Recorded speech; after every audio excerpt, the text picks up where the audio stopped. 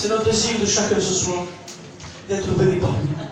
On vit des temps vraiment difficiles, des temps compliqués. Ce que l'être humain, les hommes, les femmes ne savent plus tout. Et aujourd'hui, nous avons cette grâce, ce privilège d'être ici autour de lui, d'écouter des chants, de chanter, d'écouter la parole de Dieu. Et en plus, ce n'est pas que ça ne s'arrête pas là. Dieu va te bénir ce soir. Amen. Donc on va écouter le frère Emmanuel Leblanc qui va nous chanter un cantique. Après, on écoutera la chorale des sœurs baptisées, bien sûr, les chrétiennes. Tu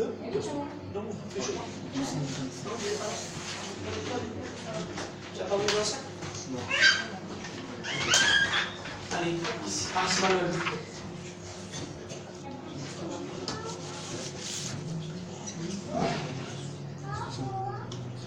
On va refaire celui-là.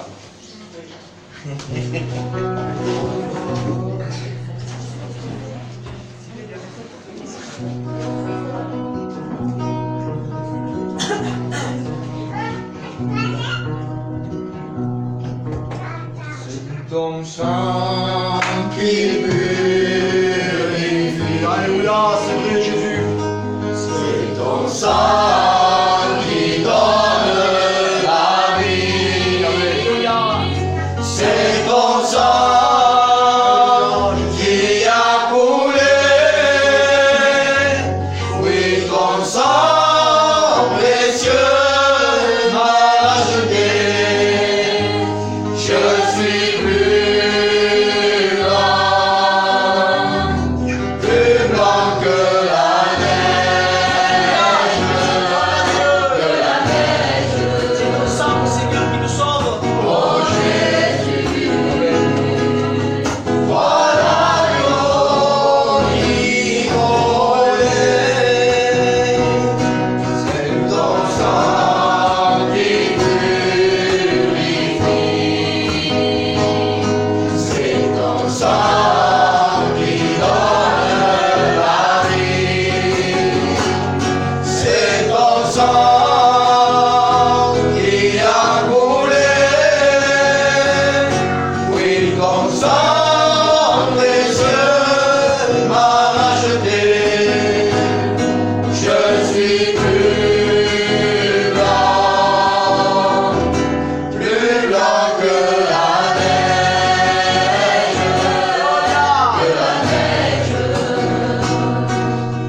Oh Jésus, toi l'agneau immolé.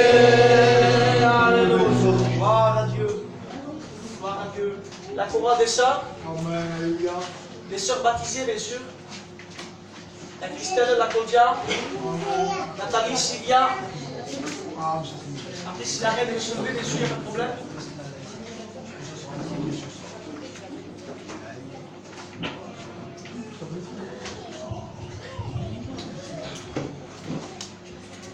On va se mettre là.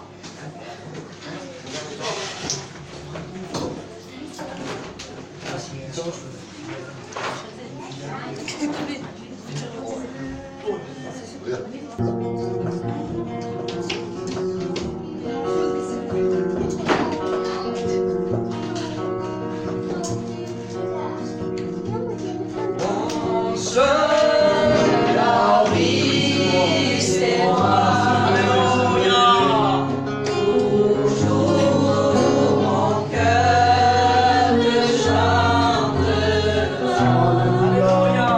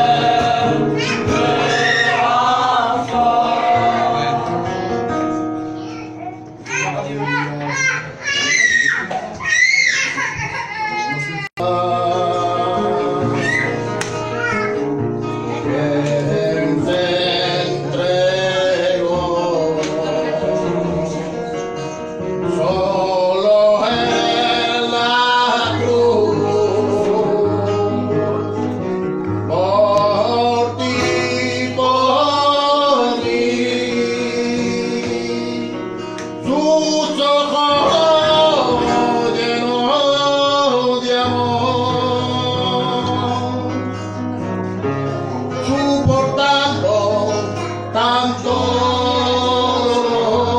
Amén. como un cordero nuestro Señor murió por mí. Amén, Señor Jesús. Es imposible de pecar contra Jesús. Es imposible de ofender al Salvador. Sé que un día ha tenido tanto amor para el pecador. A morir Jesús la han entregado a él y sin regresar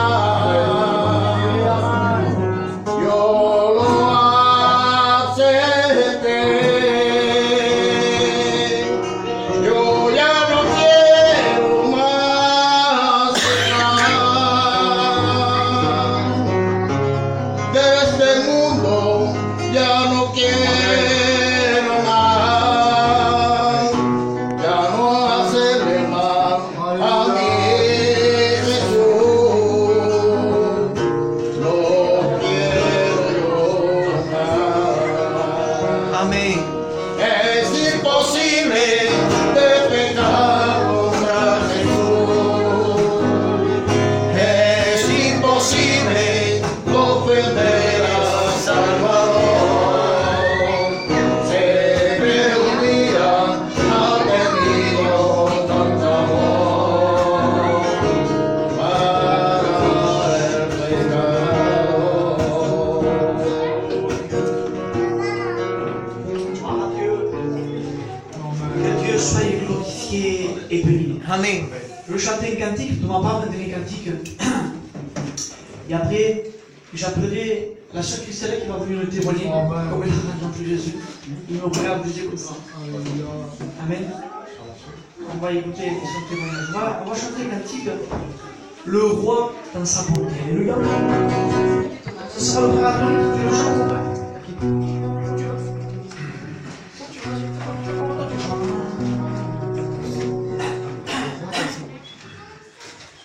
Je sais pas si il est là.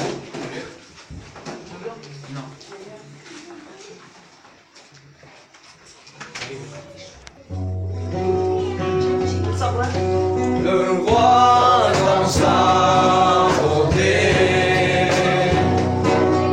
vêtu de majesté, la terre est dans la joie, la terre est dans la joie, sa gloire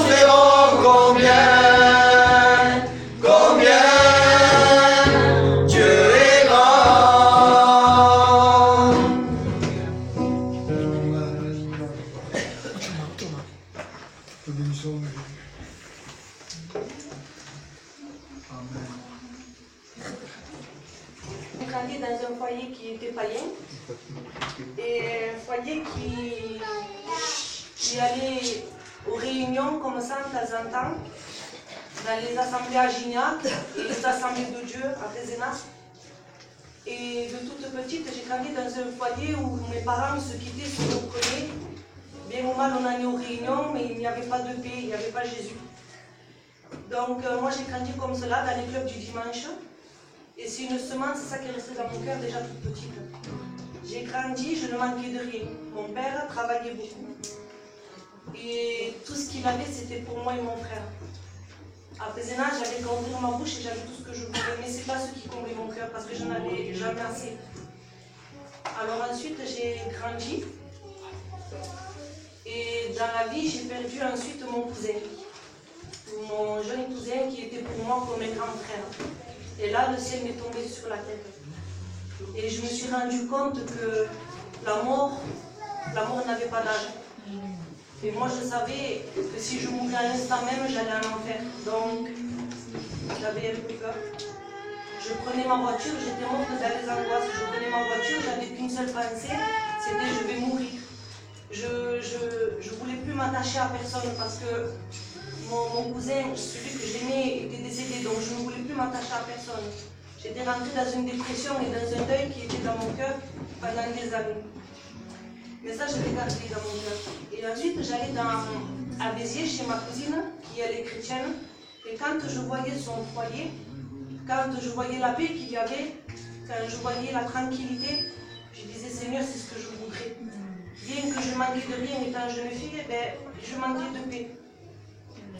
Et là, j'ai reçu une promesse dans mon cœur qui venait de Dieu et qui me disait, tu auras toi aussi ce foyer, un foyer chrétien. Amen. Donc, moi, par la suite, j'ai grandi, j'ai vécu ma jeunesse avec mes cousines à Pézenas. Et puis ensuite, j'ai décidé de me marier, croyant fonder quelque chose, parce que c'était quelqu'un que je connaissais de toute petite. Mais en vérité, sans Jésus, on ne construit rien. C'est vrai. C'est pas vrai. C'est les contes de fées, ça n'existe que dans les livres. Mais en vérité, voilà, je me suis mariée avec Anthony, croyant fonder de quelque chose de concret.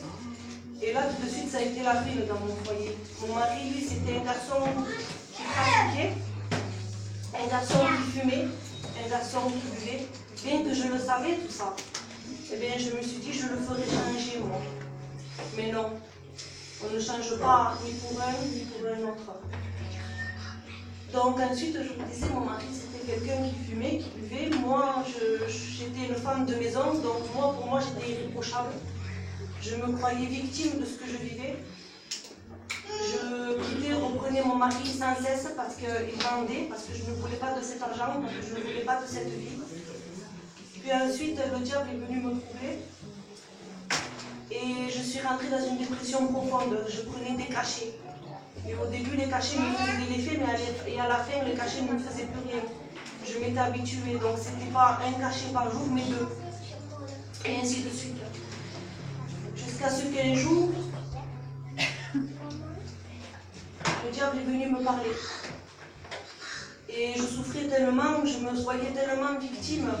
Je me disais, c'est pas la vie que j'ai voulu. Et le diable m'avait parlé, m'a dit, suicide-toi. Et il m'a montré clairement ce qui allait arriver après. Il m'a ensuite dit, toute la souffrance que tu passes en ce moment avec lui, il va la passer jusqu'à la fin de ses jours. Il s'en foutra, il s'en mordra les doigts. Et j'ai encore eu un petit peu d'intelligence. Comme une gitane, j'ai eu peur, j'ai ouvert ma Bible. Parce que je savais que si je me suicidais, c'était l'enfer pour l'éternité. Donc quand j'ai ouvert la Bible, je suis tombée sur un verset qui m'a dit, en vos jours, je ferai une œuvre que vous ne croirez pas si je vous la raconte. Amen. C'est quelque chose que j'ai gardé dans mon cœur. Donc voilà, ma vie a continué comme une païenne, bien sûr. Je fumais la cigarette, j'étais dépendante de cachet, j'étais dépressive, je me faisais beaucoup de mal. Ce qui ne venait pas de Dieu non plus. Mais ma vie ne changeait pas. J'attendais le miracle pour Anthony, mais pas pour ma vie. Parce que moi, comme je disais, j'étais sans péché pour moi. Pas la cigarette, j'étais sans péché. Ensuite, mon mari a voulu cambrioler une maison. Là, je lui ai dit, c'est la fête. Ou tu changes, ou alors je te quitte à vie. Et il m'a dit, prépare tes affaires. Ce soir, je te ramène chez tes parents. Donc, j'étais confuse. Je me suis dit, c'est pas possible. Seigneur, tu m'as promis un foyer chrétien. Tu m'as promis des œuvres que je ne croirais pas si tu me les racontais. Où est cette promesse? C'est pas normal. Dieu ne veut pas un foyer divisé. C'est pas possible. Donc, c'est pas grave. Je suis retournée chez mes parents. Et là, mon mari, lui, de son côté, a fait son expérience. Et quelques jours après, il me rappelle. Et moi, pendant ce temps-là, je suis allée dans une réunion de jeunesse à Pézenas. Et lui m'appelle, il me dit, Christelle, je veux devenir un chrétien. Je me suis moquée de lui. Je lui ai dit, tu fais ça pour retourner, je ne retournerai pas. Il est intelligent, mais non, je ne veux pas te suivre, ça va recommencer. Et comme je vous disais, cette réunion de jeunesse à Pézenas, il y a eu un appel. Je me suis levée à cet appel. Je n'étais toujours pas convertie, mais je me suis levée à cet appel. Et tout d'un coup, il y a une prophétie qui a éclaté qui me disait de ne pas craindre. Parce que l'Éternel, mon Dieu, marcherait devant moi. Amen. Donc, je me suis assise. Et ensuite, bon, quelques temps après, je suis retournée avec mon compagnon. Et là, je vous promets que je bénis Dieu parce que la promesse a commencé à s'installer. Alléluia. Ça s'est fait. Je suis retournée avec lui. Il s'est converti quelques heures avant moi. Et pendant qu'on était à Béziers, lui, il s'est converti seul dans une voiture avec mon cousin José. Et il est rentré, il m'a dit, j'ai escampé le tabac, tu vas me tuer. Et là, j'ai souri et j'ai senti une délivrance. Alléluia. À travers son acte de foi, lui, moi, j'ai été délivrée. Et ensuite, le soir, avec le respect que je vous vois, j'étais couchée à côté de lui, je le voyais pleurer. Je le voyais, je l'entendais supplier le Seigneur en disant stop, stop, stop, stop. En pleurant, je le prenais pour un fou, j'ai dit qu'est-ce que t'as? Il me dit l'amour de Dieu me presse. J'ai l'impression qu'il me prend dans ses bras. Et moi j'étais jalouse en lui. Je disais il est fou. Mais j'avais une jalousie dans mon cœur. Pourquoi lui, qui était si mauvais, et moi qui attendais, j'avais toujours rien. Je ne comprenais pas. Et le lendemain, j'ai pris mon chemin pour rentrer à la maison. Et là, j'ai dit, Seigneur, c'est pas normal qu'il est joyeux, il chante des cantiques, il dit qu'il est libre. Et moi, je ne sais pas, qu'est-ce qu'il y a? Qu'est-ce qu'il faut? Et vu que moi, je ne reconnaissais pas mon péché, je me croyais victime, je ne comprenais pas ce qui m'arrivait. Et bien là, j'ai été plongée dans mon cœur, un tête-à-tête, moi et Dieu. Et j'avais plus Anthony à mes côtés, je ne le voyais plus, j'entendais plus rien. Et là, la main de Dieu s'est glissée dans mon cœur.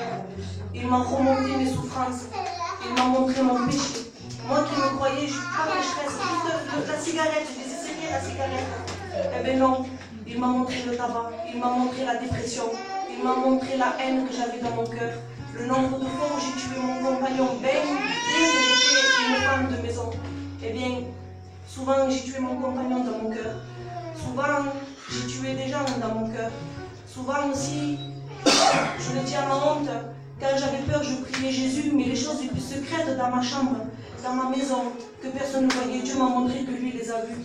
Quand je priais, je vous demande pardon de dire ça, mais quand je parlais et je demandais pas à Dieu, mais je demandais à mauvaise personne des choses vilaines contre d'autres personnes.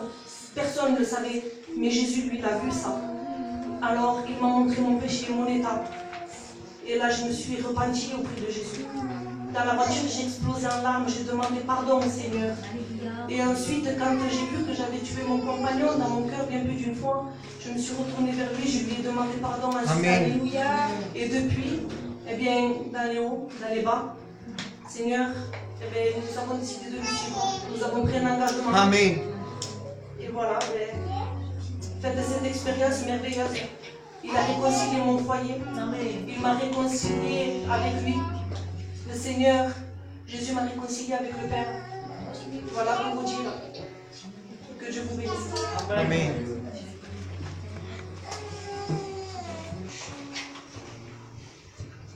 Amen.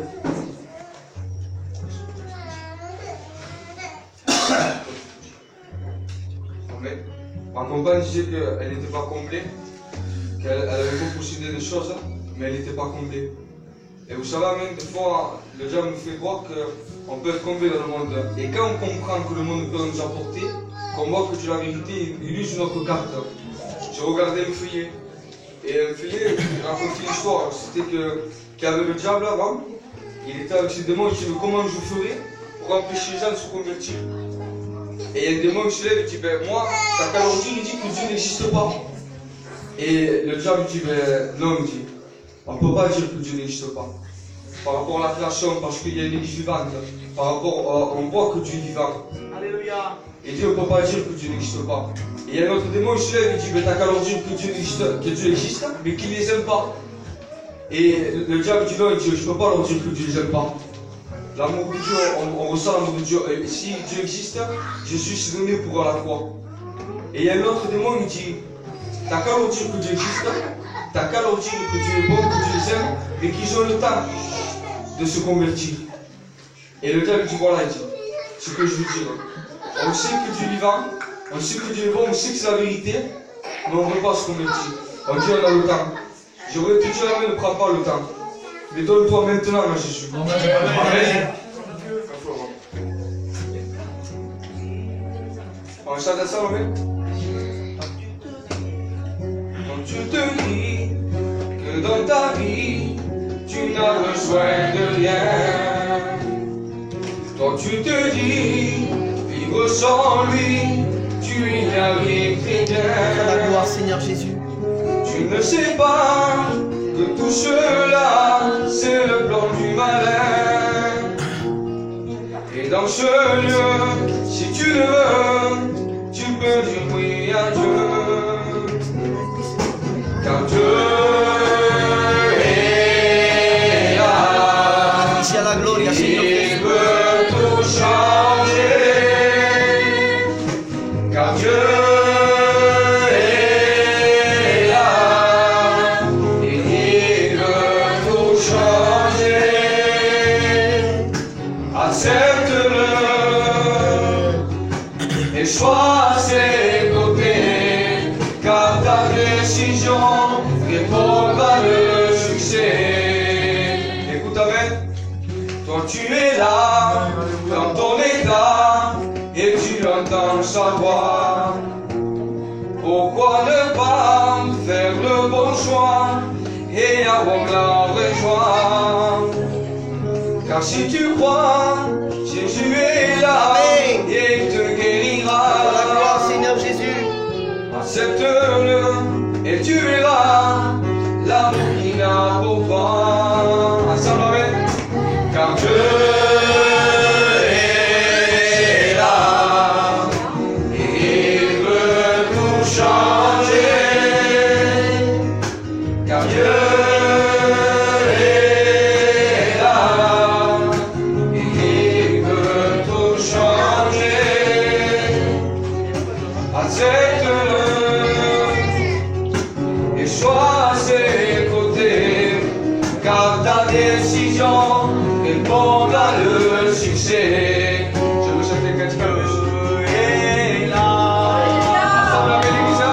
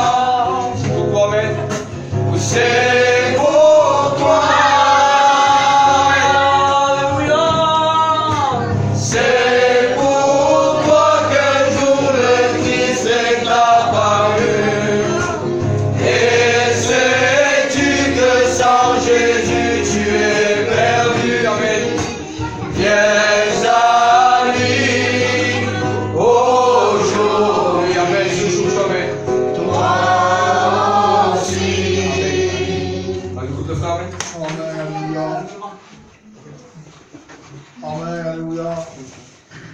Ah, Jésus. Non, non, regarde.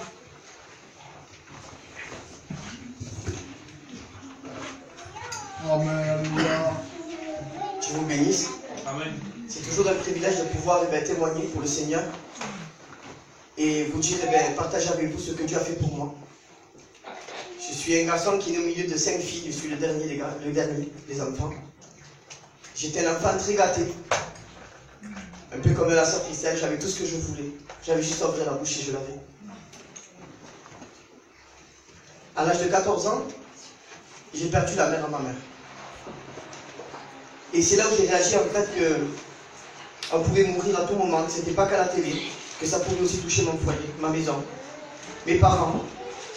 Et j'avais une profonde angoisse avec moi à tel point que j'avais même des idées suicidaires. Je ne comprenais pas pourquoi ma grand-mère avait dû me quitter. Et à un certain moment de ma vie, les témoins de Jéhovah sont arrivés dans ma maison. Des gens très gentils, mais c'était pas ça.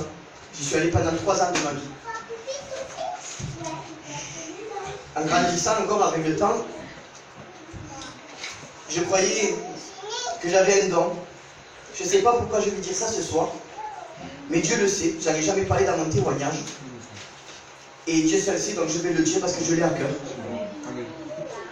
Vous savez que chez nous les gitans, on est très superstitieux et très croyants. Et on guérit le mauvais œil. Ben, moi je croyais que j'avais ce don. J'avais même appris de prière pour enlever ce fameux mauvais œil. Et j'ai toujours cru. Et comme c'était au nom de Jésus, je croyais que c'était de Dieu pendant des années. À tel point que même que quand je suis rentré, que j'ai connu le Seigneur, j'ai demandé à Dieu de m'enlever tout ce qui n'était pas de sa gloire.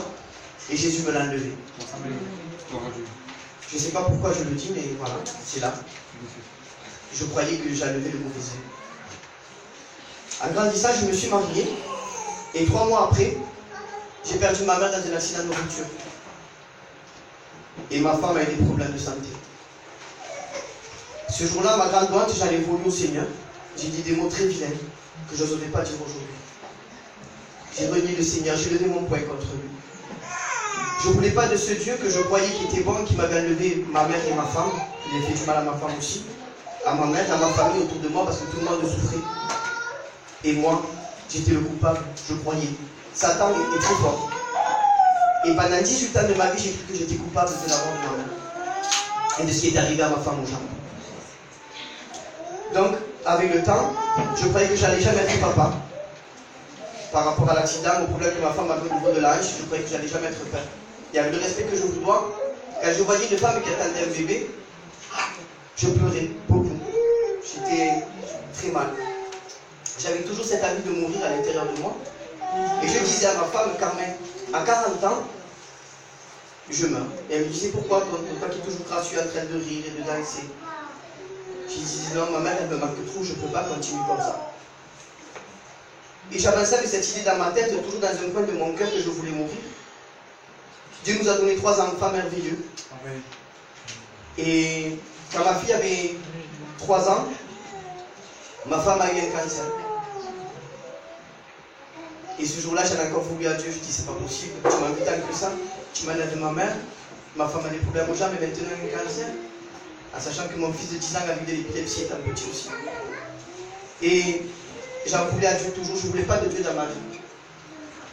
On allait au chimio, on allait tout ce qu'il y avait à faire, je croyais que le ciel me tombait dessus, mais moi je croyais que je pouvais tout porter sur mes épaules. Chose qui est fausse, mes frères et sœurs. Si on n'a pas Jésus, alléluia, c'est vrai. On croit qu'on peut, oui, Amen, on peut, tant bien que mal, mais non. C'est pas vrai, on n'avance pas. On croit qu'on est fort, mais c'est pas vrai, on ne l'est pas. Il arrive un moment où on tombe à genoux. Amen. Lors de sa deuxième récidive de cette maladie affreuse, avec mon cousin Manuel qui connaissait déjà le Seigneur, on a dit, viens, on y va. On va voir si c'est bien, on y reste, sinon, ça va, il paraît qu'il y a un Dieu vivant qui guérit des gens. À savoir, mes frères et sœurs, que quand vous venez ici, même si vous avez le temps de dire qu'il ne faut pas d'arrière-pensée avec le Seigneur ou de dire je veux que tu fasses ça, c'est humain. C'est humain pour les gens qui ne connaissent pas le Seigneur. Il y a toujours un but, il y a toujours quelque chose quand on arrive et qu'on peut écouter la parole du Seigneur, on a toujours quelque chose derrière la tête. On est humain, on se dit, ben, pour moi, que mon mari boite, pour que ma femme soit comme ci, comme ça. Mais c'était pas ça. Donc quand on est arrivé, le premier jour que je suis arrivé ici, c'était ici. J'ai senti le Saint-Esprit. Le troisième et quatrième réunion, j'étais baptisé du Saint-Esprit. Chose que je ne comprenais pas, mes frères et sœurs. On allait au chignon avec les cantiques et les louanges. Et quand je voyais ces gens manœuvrer avec ces chignons, je ne savais pas. Je disais, Carmen, regarde comme ils sont tristes ces gens-là. Et ma femme me disait, Mano, tu es fou. Regarde-moi, je suis aussi malade que je suis jeune. Et je disais, mais non, calme. Eux, ils n'ont pas Dieu, et nous, on a Jésus avec nous. Ils sont malheureux, ces gens. Et je voulais même les aider. Je trouvais même la force de pouvoir aider ces gens-là. Plus on avançait dans le Seigneur, et plus ma femme, son cancer s'empirait. C'était passé d'un côté à l'autre, c'était en train de s'étendre. Et là, le docteur m'a dit, Monsieur Cortés, il y a une petite fenêtre, il faut la saisir. C'est soit on l'opère, et même si on l'opère, eh bien, il n'y a rien derrière Monsieur Cortés. On ne peut rien pour elle. On va essayer de l'opérer, on verra. L'été dernier, ils l'ont opéré, mais on avait Jésus dans notre vie. Donc on ne se sentait pas seul. Plus seul, plus du tout. Avant j'étais seul, mais avec Jésus on n'est plus seul. Quand ils l'ont opéré, un mois après, c'est revenu au même endroit. Ils l'ont fait opérer. Ils ont changé des chimios. Avant les fêtes, ils ont encore vu que c'était revenu au même endroit. Et malgré ça, on ne laissait pas la main du Seigneur. Il ne faut pas laisser Dieu, mes frères et sœurs. Parce que Dieu, les prières que vous faites, on peut faire des prières, il ne faut pas être pressé. Dieu, il sait à quel moment il doit agir dans votre vie.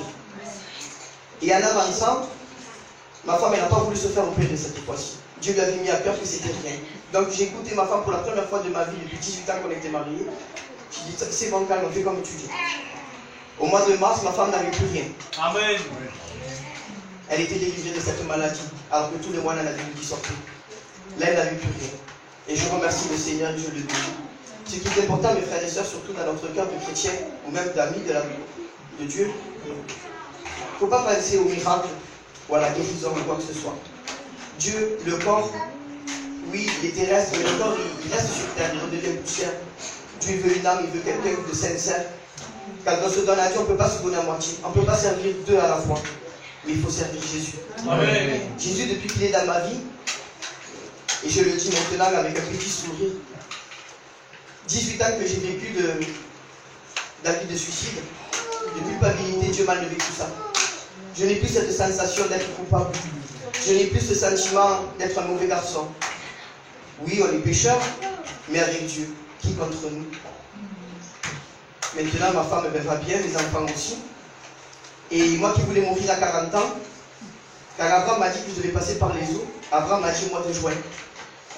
Et au mois de juin, le 24 juin, je faisais les 40 ans. Et le 10 juin, je passais par les eaux du baptême. Donc oui, je crois que je suis mort. Amen. Et je le crois sincèrement. Amen. Et que je suis revenu avec Jésus. Amen. Voilà, Dieu vous remercie. Amen.